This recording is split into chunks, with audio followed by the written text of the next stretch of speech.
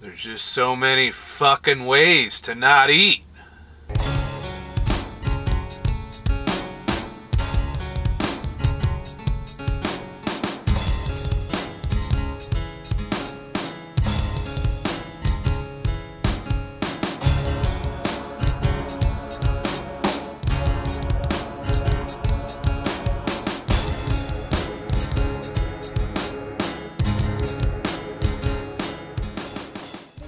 Well, I just finished week 22 and I gained 1/10 of a pound. Is it 1/10? I don't know, there's a lot of fucking math involved. But I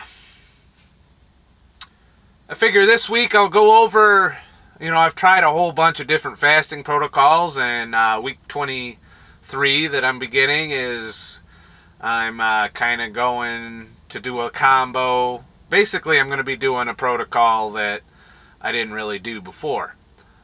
At least not the way it was intended.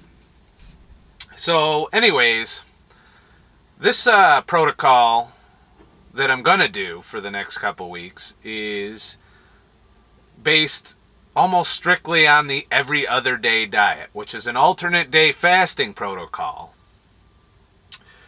So let's just start it for like a Monday. Monday, you can eat whatever the fuck you want to eat. Now, I structure it a little more than they do within an 8-hour window. I'm giving myself an 8-hour eating window because I still don't want to be in fat storage mode all fucking day. I would still like to get a little fat burning done before I stuff my fat face.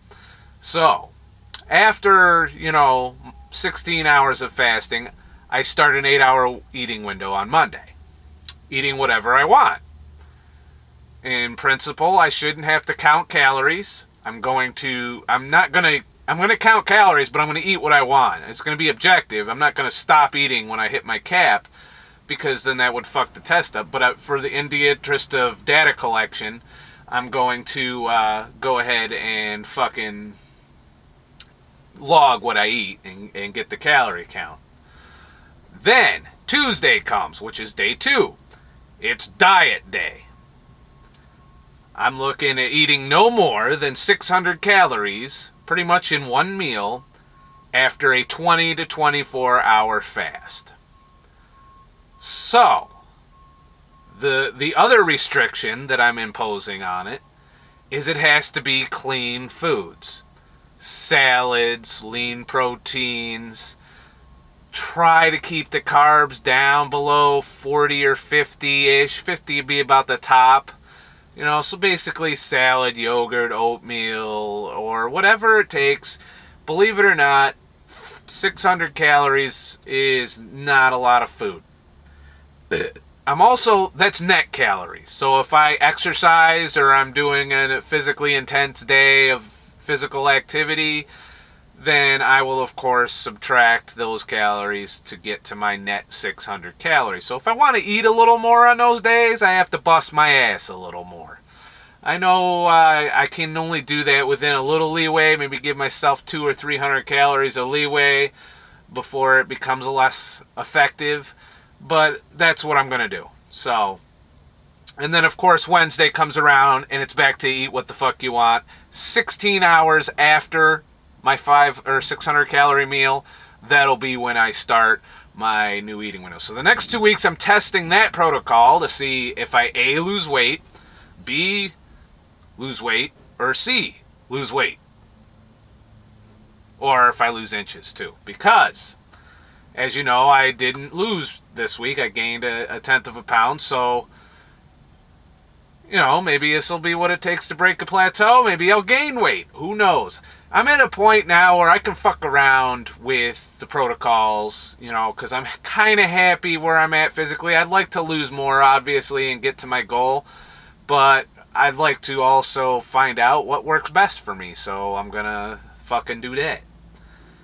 So now it comes down to the diet, the fasting protocols I've tried and what my thoughts are on them. Now, the most common fasting protocol in the weightlifting community is the 16-hour fast, 8-hour eating window every day. I tried this protocol, and in fact, it is the protocol on the days where I feast for most of my feast-famine structured fasting. I still will do a 16-hour fast. In fact, every day, without fail, even on cheat day, I fast for at least 16 hours. I don't eat breakfast. That's all it is. Don't eat fucking breakfast. As far as weight loss goes, I find you're not going to really lose weight doing it that way unless you have a significant calorie deficit for your 8-hour eating window. So, and in order to have that significant calorie deficit, your meals are going to have to be clean and small. There's just no fucking way around it. If you're going to have an 8-hour eating window, you're going to split the same amount of calories up over the 8-hour period as you would over a 4 or 2 or 1 hour period if you use some of the more extreme fasting protocols. So I found it overall to be not satisfying meal-wise. I found that I was hungry a lot. I craved a lot. I was just going fucking nuts when it was time to eat. And then I would end up being hungry all the time. And it wasn't a very satisfying protocol. You know, I mean, yeah, you can wait out the hunger pangs, you know, about a half hour to an hour and the hunger goes away. But I found it to be kind of just only effective at maintaining weight. So if you're looking to maintain your weight or you're trying to build muscle and you don't want to fucking pack on the pounds, 16 and 8s are the way to go. That way you kind of keep from putting on a lot of fat because you're burning it during your fast. And you get the nutrition you need to build your muscle. So if I were bulking or something like that, I would still do the 16-hour fasts with it to help keep the fat levels down and the muscle levels growing. And that's about all. Other than that, it's my go-to whenever I'm not doing some other protocol. That's what I do to maintain status quo, so to speak. You know, the days in between my deficit that's being created largely due to my fasting. Now, the next fasting protocol, the 5-2 diet. I tried that. That's where you do the way I tried it, of course. Keep in mind my rule, never fast for less than 16 hours. But basically, for 5 days out of the week, I'd be doing 16-hour fast, 8-hour eating window, eating maintenance calories on those days. And for 2 days out of the week, I would fast for 24 hours. And then I would probably eat something small, 500, 600 calories, just a meal after the 24-hour period. But you do at least 2 24-hour fasts a week. I found I lost weight with that, about a pound and a half. Is about what you can expect to lose because you're subtracting 2 days of eating out of your week. And at the heavier levels, when you're fatter, that works. That helps a lot. You can lose weight that way gradually over time. However, as you get closer to your fucking goal weight, those 224s aren't going to cut it. You know, because it's harder to lose weight. The thinner you are, the harder it is to lose weight. So, yeah, it's okay. So I didn't enjoy that so much. So I ended up saying, you know what, motherfucker, why not make them 36-hour fasts? So my next protocol I tried was still the 16 and 8s on my off days, 5 days a week. And then I would do, actually 4 days a week I would do. And then I would do 3 36-hour fasts the other days. And I would try and break them up throughout the week depending on my schedule or what I wanted to do. And the thing is, the day before you do those 36-hour fasts, you can eat more. And you can eat probably double your calories almost. And still lose weight. I liked that. I liked it a lot. However, there's fine print. Your body's going to go fucking nuts with the fucking water weight. On the days you eat, you're going to pack on 4 or 5, sometimes even 6 pounds, depending on what you ate, of motherfucking water weight. And that fucking water weight is going to make you feel fat. You're going to look in the mirror and be like, I'm fucking up. And then by the end of your 36-hour fast, and a whole lot of pissing, you'll be back down to where you really are weight-wise. So, while it's satisfying, and you tend to be alright, you get hungry around the 23, 24-hour mark, you wait for it to pass, and you're back to, normal again. And then you go on about your fucking, your life after that. You go to sleep. You'll probably wake up after 5 or 6 hours of sleep, simply because your body's not digesting food, so you're not using as much energy. You don't require as much sleep. And you will wake up despite your alarm being set or what have you. So, aggressive fasting protocol, satisfying meals. You're going to feel like a fat, bloated piece of shit on the days you eat.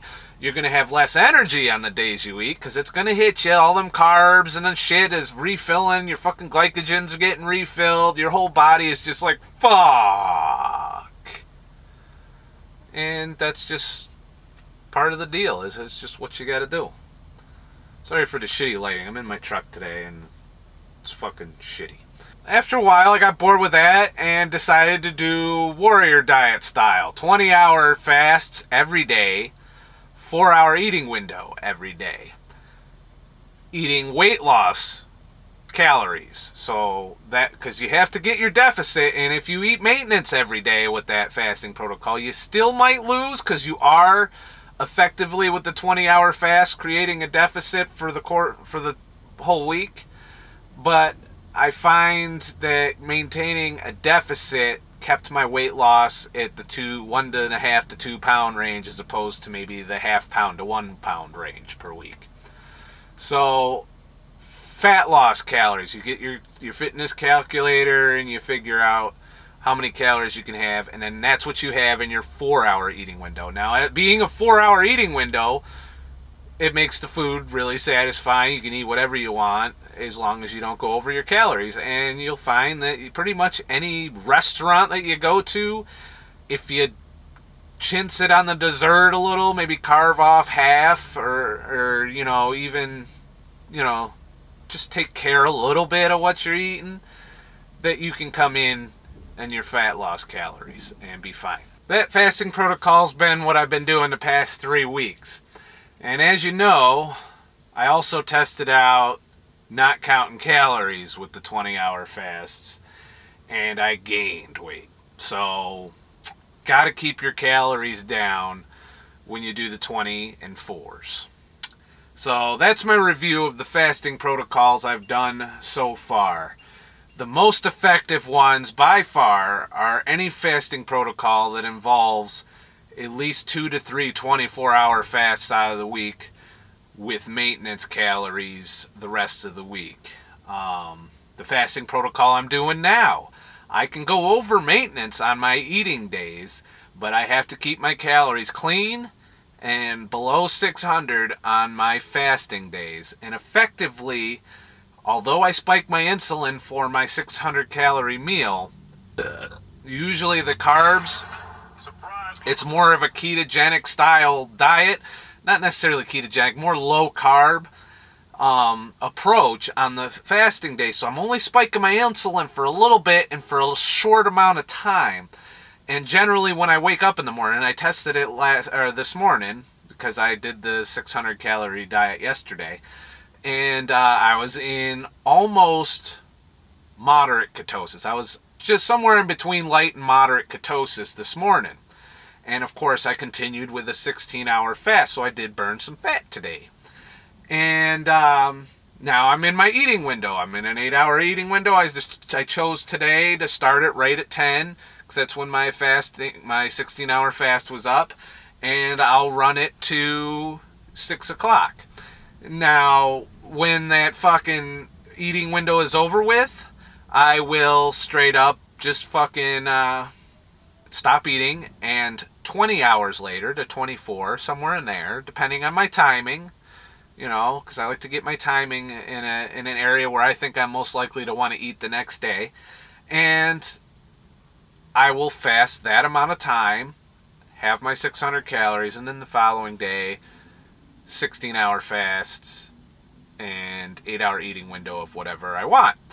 And whatever I want being the key there. Just so that I'll be trying this for 2 weeks because I'm kind of at a lower weight now so I have to be a little more aggressive, I think. So in order to get some good results off of this test, I'm going to do it for 2 weeks, regardless of gain and loss. I realize that once again, doing this, I'm going to run into the issue on the days that I eat.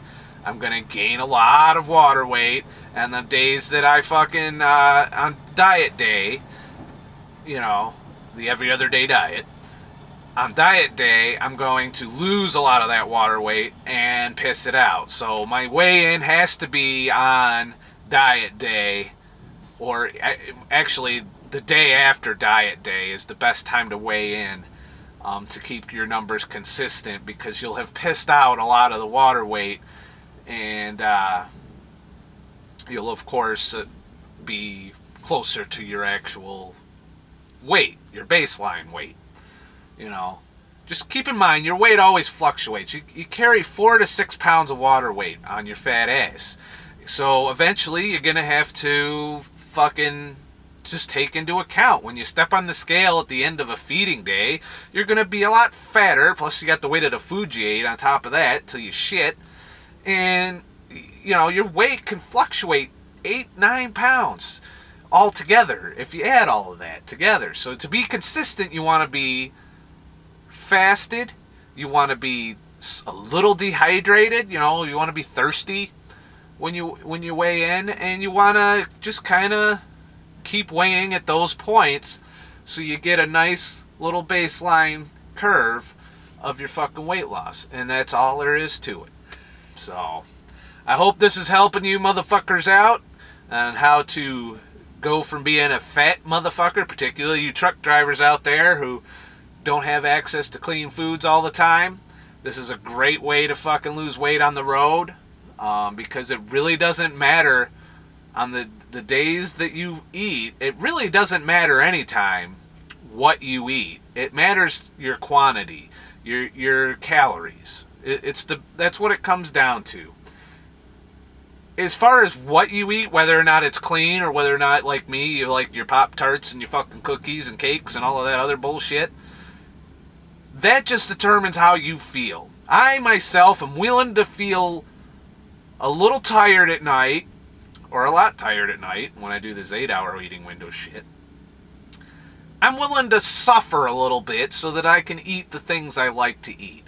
I don't necessarily mind so much getting the carb crash. I don't necessarily mind, feeling a little sluggish because my body is trying to cram all of that fucking glucose in my blood and popping my insulin way the fuck up, big insulin boner, and storing all of that shit in my liver, muscles, and fat. And, I'm okay with that. I don't want to be a ketogenic fucking clean eating motherfucker. I've tried it. I can eat stuff that I like, but it gets boring and fuck and old very fast. Now, I realize you can spice it up and do all of this fancy cooking and shit, but I'm a fucking truck driver. Where the hell am I finding fucking fancy cooking? Am I going to fucking Subway and getting fancy cooking? I don't fucking think so. Tim Hortons, not so much. McDonald's, fuck no. There's no fancy fucking cooking going on. So you just gotta understand these things when you're out, it's all well and good when you have your fucking kitchen every fucking day to eat clean. But when you're out here on the road, it's not so fucking easy. Plus, I like junk. Okay? I'm here to admit it. Ladies and gentlemen, I'm a fat fuck who likes junk. Except I'm not as fat anymore because of intermittent fasting. So keep in mind that if you do not like eating healthy, intermittent fasting is definitely the way to go. I couldn't picture doing this. Just doing a VLC, eating, whenever the fuck you want every day. I couldn't picture it working if I was eating junk. Now, there's a guy that did the Twinkie diet and claims he lost weight, but I bet you that motherfucker, A, felt like shit all the time, and B, was hungry all the time. Because when you eat lots of calorie-dense shit, it doesn't last very long. It's not satisfying for very long. So, and plus, when you're fasting, you're not going to feel like shit all the time. A normal person eating junk feels like shit all the time. All the time. 24/7, you're going to feel like shit. When you fast, the days you eat your junk, feel like shit. The days you're fasting, you got energy, you got focus, you got drive, you got clarity. And if you go to the gym, you can work out. Now, granted, you're not going to have as much energy to work with when you go to the gym fasted. You're not going to perform as well. You're not going to lift as heavy. You're not going to be able to run as long or as far. You're going to have some suffering there. But basically the trade-off is you're burning exclusively fat if you're fasted. Whereas if you go in there all fucking carved up and fucking full of energy that you've been eating all day, you have to burn through that to get to your fat ass. So that's the trade-off there. If you're going to the gym to build endurance, to build muscle, then by all means, eat. If you're going in there to burn fat and maintain muscle, go into the gym, fasted, do your lifting, and then eat after that. An hour after, I found to be very effective at keeping muscle growth going. On the workout front,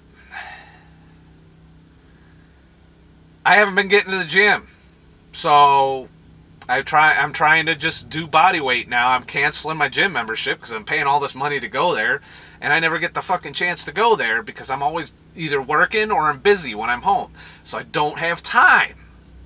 Oh, it's the biggest fucking excuse in the world, you fat fuck. You can't fucking get your ass in the fucking gym. You should make time, you fucking undisciplined prick. Well, unfortunately, I got bigger fish to fry. And right now, building muscle isn't a big priority. I'm trying to maintain best I can. So I do body weight here and there where I need to. I got some dumbbells on the truck. I got some resistance bands. And I use that to try and maintain my muscle. As I said before, muscle, if I lose some muscle in this process, I'm fine. My goal right now is to get down to my body weight that I'm comfortable with and that I think I look the best in, because it might not be Abville because I got some loose skin action, but my goal is to get down to those levels, and then once I'm down there, then bulk, then build muscle, doing whatever I can to build muscle, lifting weights, be it full body exercise, squats, dumbbells, 5x5s, all kinds of reps, all kinds.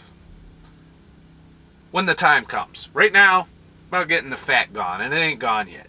So, and I do have some loose skin action going that, when I'm up, it's normal. When I'm standing up, or even if I'm maybe laying on my back, I got an extra flap under a skin under my ass right now. So I got some loose skin under my fucking ass cheeks, which is pissing me off. And then up here by my tits, when I'm up, they look kind of normal. They're still a little titty-like because I'm still a little fat. But when I scrunch down, it looks like some cellulite fucked up, crunchy, fucked up, sponge-looking motherfucking bubblegum chewed up shit that hangs right here and right here. And you know what? And it's when I scrunch down like this, which, how often do you do that? But it's there, and I know the more I lose, the more pronounced that shit becomes. So there might come a point where I just got too much loose skin action to really get down to abs. I can get down to abs, but you're going to have some nasty elephant ball sack hanging down from below it, which is not effective at all.